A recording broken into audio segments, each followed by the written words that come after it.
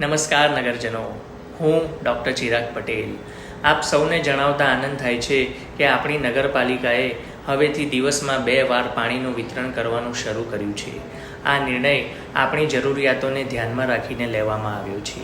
પરંતુ મિત્રો, આ પાણીનો ઉપયોગ વિવેકપૂર્વક કરવો એ આપણા માટે ખૂબ જ અગત્યનું છે.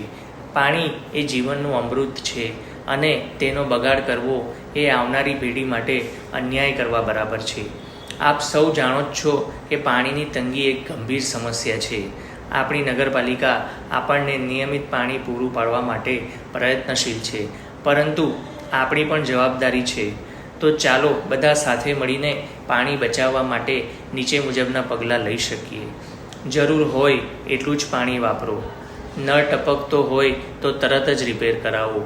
વરસાદી પાણીનો સંગ્રહ કરો. ગાડી ધોવામાં અને બગીચામાં વધુ પડતું પાણી ઉપયોગમાં લેવાનું ટાળો.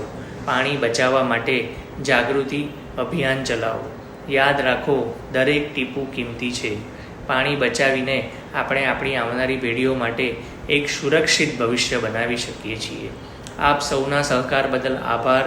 ચાલો સાથે મળીને પાણી બચાવીએ, આપણા શહેરને સમૃદ્ધ બનાવીએ. જય હિન્દ, જય ગુજરાત.